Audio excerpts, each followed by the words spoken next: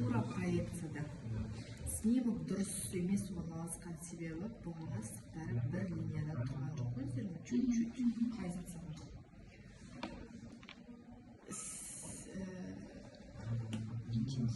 Интенсивность орташа 1, 2, 3 омыртқа жотасы көрініп тұр. Синустары толық көрінбейді, не определяется, мына синус жоқ. Ол ровно былай үшкіріп түсу керек. Синусты не үшін білем? Себебі жидкость төменге жиналады. Бос болу керек. Одан кейін средостение. Средостение бізге ортаға ручканы қойып есептейміз. Ол жақта 1 сантиметр болса норма, сол жақта 1,5 сантиметр болса норма. Себебі сол жақта аорта тоған себебі. Смещеномы ығысқан ба, ығыспаған ба. Егерде мына жерде қандай да бір образование болса, снимок мынау жылжып көрінеді ғой. Сондықтан ол мына өкпені сықпай ма? Былай қарай. Оңға қарай сығады ғой. Кейде жидкость болатын болса, немесе ауа толатын болса, наоборот, мынау толады да, не смещено, қайта мынау тарылған болады.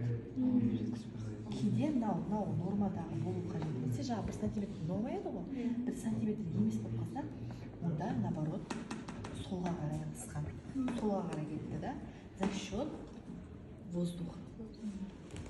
Дальше кеттік, граница сердца. Өкпенің төменгі шекарасы ровно түскен кезде ортаңғы бұғана сызығына келу керек.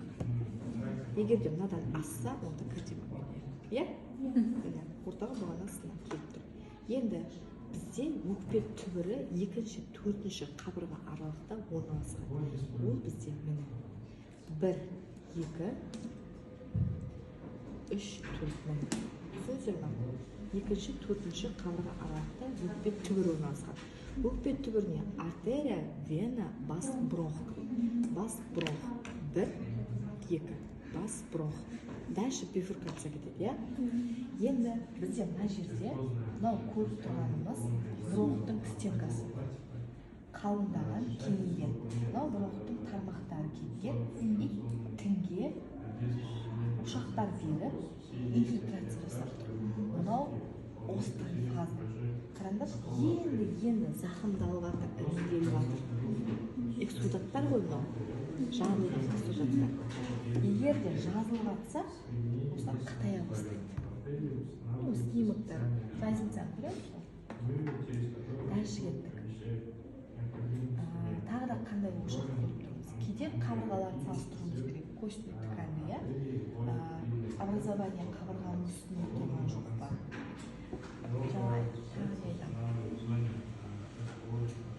Мына снимокта мынау тамыр, сосуд былай кесілген ғой тамыр.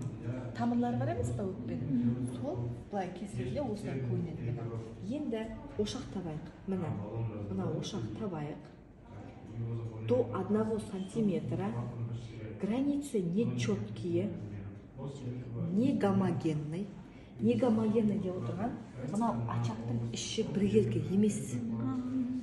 И шекарасы жоқ, яғни жарылып тұр. Эксудация. Егерде туберкуломалар жоғары жақта орналасса, четкий границасы болады.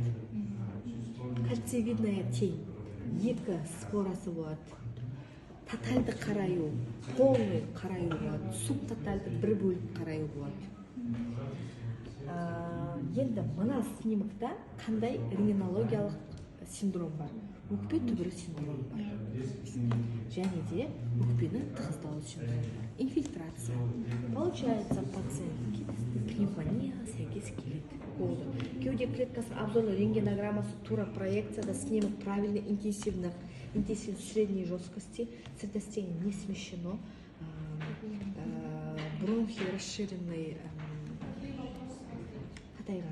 қатайған кеңейген, инфильтрация оң жақ төменгі бөлікте, және де ачақтар не гомогенный, границы нечеткие, өкпенің тығыздалу синдромы және өкпе түбірі синдромы пациент